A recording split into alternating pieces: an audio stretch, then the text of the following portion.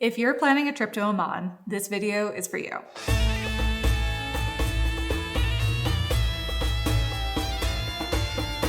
And if you're not planning a trip to Oman, probably should be, because it is unreal. It is one of the most beautiful, amazing destinations we have ever been to. But Oman is not your typical tourist destination, so there are probably a few things you need to know before going.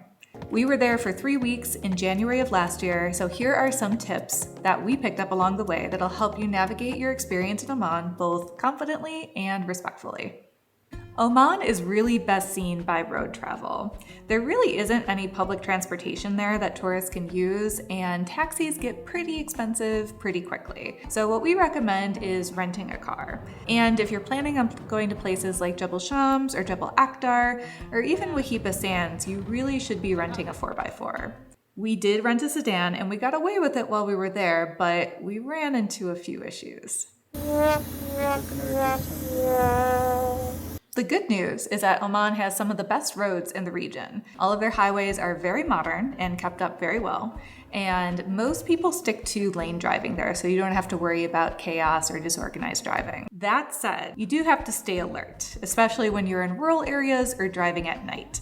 Animals do roam freely in some areas and pop up in the middle of the road at any time, but this will typically be outside of the city areas. Another thing to be aware of is that speed limits are strictly enforced. You won't see a lot of police officers on the road, but what you will see are speed cameras, and they are all over the country, even on major highways. And going over the speed limit even a little bit can get you fined. And those fines vary from 10 Omani riyals to about 200 Omani riyals, depending on how much you're exceeding the speed limit by. So just be alert of how fast you're going when you're driving.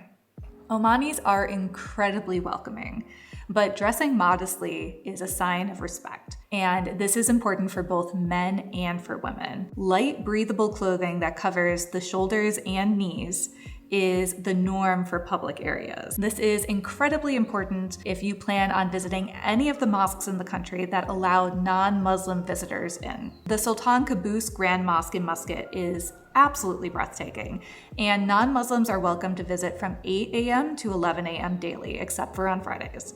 If you plan to go, just remember, both men and women need to be fully covered. That includes arms, legs, and for women, hair. And don't be frustrated if your definition of modesty doesn't match the Omani definition. I thought I was dressed appropriately for the mosque. However, they pointed out the dress I had on showed my ankles, and I either had to buy socks from their shop in order to cover my ankles or rent an abaya to get into the mosque. In Oman, it gets hot. Like, really hot. The best time of year to visit is between October and April. We wound up going in January for about 3 weeks. The high for the day was typically between 25 to 28 degrees Celsius, but in the summer months, it can get to be 45 degrees Celsius or hotter. But if you're heading south to Salalah, you might actually want to visit during monsoon season, which is between June and September. That's when the place becomes very lush and green, which is very rare for the Arabian Peninsula. And if you're headed up to the mountains, the winter months can be quite chilly. When we were in Jebel Shams in January, the high each day was around 9 degrees Celsius. But in the summer months, it actually feels much nicer at about 25 degrees Celsius. So just pack accordingly for the time of year that you plan to be there, as well as the places you want to go.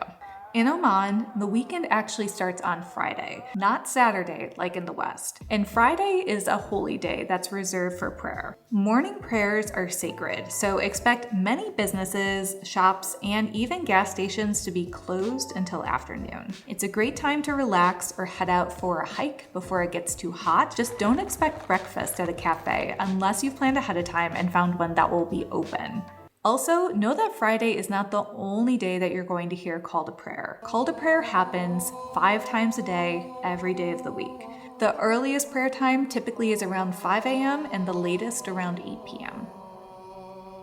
Oman is already an underrated destination, but Masirah Island has to be the most underrated place we have ever been to. You're not gonna see it on any of the best things to do in Oman lists, but if you're up for an adventure and like going off the beaten path, this place is 100% for you. Why is it a must-see? Well, very few people actually travel here. There are some incredible and pristine beaches there that you can literally have all to yourself. And the marine wildlife is amazing. Camels roam the island freely, so you're likely to have some sweet encounters like this. And sunsets here are incredible. Outside of the main village on the island, there are virtually no facilities. So if you do plan to go, make sure to gas up in that village and carry all of the food that you plan to eat that day with you. And just know there are not a lot of great accommodation options on this island. It's a little less built up, but I think that is actually kind of part of its charm. And how to get here, you'll first have to drive to Shanna Port, and from there you're gonna take a ferry over to Masirah Island. You can either take the national ferry or any of the local ferries that are running. The national ferry is a little bit more expensive, but it runs on a set schedule. The local ferries will not take off until they reach full capacity, so there's a very real possibility that you could be sitting there for a while. Omanis are incredibly polite and value respect. Always greet with a smile and salam alaikum, which translate to peace be upon you. Modesty and politeness are highly valued here, so your pleases and thank yous will go a long way. For please, lo samata, and for thank you, shukran. And always ask before taking someone's photo. People here are happy to chat and greet you, but privacy is highly valued. Don't be surprised if you see someone gesturing to stop if they think you're taking a photo of them. Also, avoid public displays of affection. Kissing, hugging, holding hands, touching affectionately is generally considered very inappropriate. And something else that's inappropriate, general drunken behavior. Alcohol is broadly banned in Oman except for establishments that have licenses. These are typically hotels or restaurants that are tailored for tourists. Overt drunken behavior could lead to legal action. It's typically best to abstain from drinking alcohol while you're in Oman, but if you plan to, just make sure to be mindful.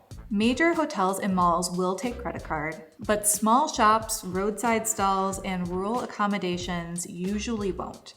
ATMs are common, but they're not everywhere. A good rule of thumb is to always carry at least 20 to 30 Omani Rial with you if you plan on going out for a day trip. And if you plan to visit any of the souks and make purchases there, you'll want to carry Omani Rials with you.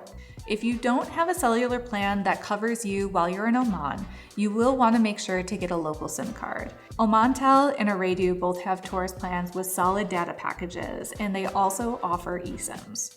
You'll want it for GPS, translations, and to stay connected with your accommodation hosts, especially if you're going to be arriving late. Omani culture is not fast-paced. They are all about taking it slow, relaxing, and enjoying the moments throughout the day. And you should consider this when planning your trip. Oman is not about rushing from site to site. It is more about the small things that happen in between and spontaneously, like getting invited to have coffee with a local or watching the mountain goats wander through a village. So you should definitely plan your trip, but leave some room for spontaneity because that is where the magic happens in Oman. Another really cool thing about Oman is that wild camping is legal and widely accepted. You can pitch your tent almost anywhere that's not private land, and Omanis are totally chill about it, as long as you're respectful and clean up after yourself. And that's it. If you're planning a trip to Oman, I hope you found these tips helpful. If you are not planning a trip, I hope I convinced you to go to Oman. If you liked this video and want to see more like it, please go ahead and hit that like and subscribe button. And if you've been to Oman and you have some additional tips you'd like to add, go ahead and leave a comment. Thanks for watching, and we'll catch you next time.